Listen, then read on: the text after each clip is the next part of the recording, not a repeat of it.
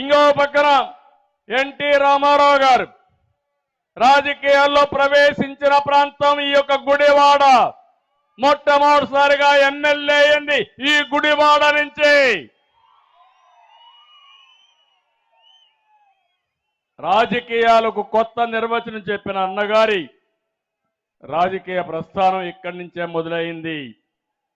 ఇలాంటి మహామహులు పుట్టిన తులసి వనం ఈ కృష్ణా తీరం. అలాంటి తులసి వనం ఈరోజు గంజాయి మొక్కలు పుట్టాయి ఇక్కడ. అవునా కాదా అని మిమ్మల్ని అడుగుతున్నా. అవును అంటే గట్టిగా చప్పట్లు కొట్టి చెప్పండి. ఈ గంజాయి మొక్కల్ని ఏరేయాలా లేదా అని మిమ్మల్ని అడుగుతున్నా. పవిత్రమైన ఈ మట్టిని మలినం చేస్తున్నారు. అధికారం అంటే బూతులు, దోపిడీ, క్యాసినోలు, పేకాటలు, కబ్జాలు. వింటున్నారా తమ్ముళ్ళు? నిన్న కూడా సంక్రాంతి వచ్చింది. మనకందరికీ సంక్రాంతి కోసం మనం ఊర్లోకి వస్తే ఈ దుర్మార్గులు క్యాసినోలు పెట్టి పేకాట ఆడించి మన దగ్గర డబ్బులు కొట్టేస్తున్నారంటే ఇంకా కొవ్వెక్కి విపరీతంగా మాట్లాడుతున్నారు. ఒకటే చెప్తున్నా, తెలుగుదేశం ఎవ్వరికీ భయపడదు. భయపడే సమస్య లేదు. ఈ రోజు ఉంది, రేపు ఉంది, ఎల్లుండి కూడా ఉంది.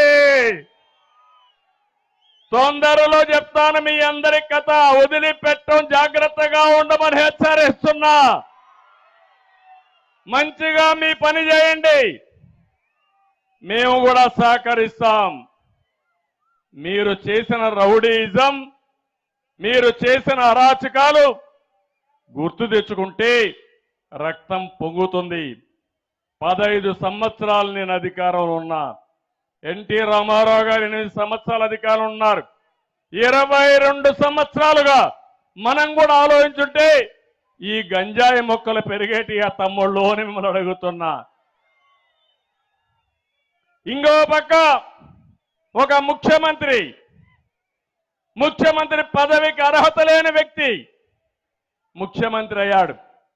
అందుకే చూస్తే బూతిశ్రీ అయితే ఆయనకి ఎమ్మెల్యే పదవి, బూతు రత్న అయితే ఆయనకు ఎంపీ పదవి, బూతు సామ్రాట్ అయితే అతనికి మంత్రి పదవి. ఇది ఈరోజు రాష్ట్రంలో ఉండే రాజకీయం.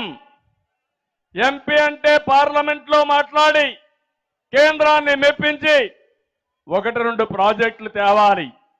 కానీ ఇక్కడుండే సైకో అంటాడు, ఆ ఎంపీని ఒకటి అడుగుతున్నాడు, అవన్నీ అవసరం లేదు. చంద్రబాబును తిట్టావా, పవన్ కళ్యాణ్ తిట్టావా, లోకేష్ని తిట్టావా, వీడియో ఉందా? అది నేను చూడలేదు కాబట్టి నీకు టికెట్ ఇవ్వనబో అన్నాడు ఇక్కడ ఎంపీకి. విన్నారా తమ్ముళ్ళు? ఇది రాజకీయం. రాజకీయానికి కొత్త భాష్యం చెప్పి అపహాస్యం చేసే పరిస్థితికి వచ్చారు. ఇంకొక పక్క ఒక బీసీ ఎంపీ కర్నూలు నుంచి మాట్లాడుతున్నాడు. 5 ఏళ్లలో 2 సార్లు కూడా ముఖ్యమంత్రిని గెలవలేదు, అపాయింట్మెంటే ఇవ్వలేదు అని ఒక ఎంపీ, ఒక వెనుకబడిన వర్గాల ఎంపీ చెప్పాడంటే ఈ ముఖ్యమంత్రికి ఎంత అహంభావమో ఒకసారి ఆలోచించండి. అలాంటి అహంభావం ఉండే ముఖ్యమంత్రి ఈ రాష్ట్రానికి ముఖ్యమంత్రిగా ఉండడానికి అర్హత లేదని చెప్పి నేను మీకు తెలియజేస్తున్నా.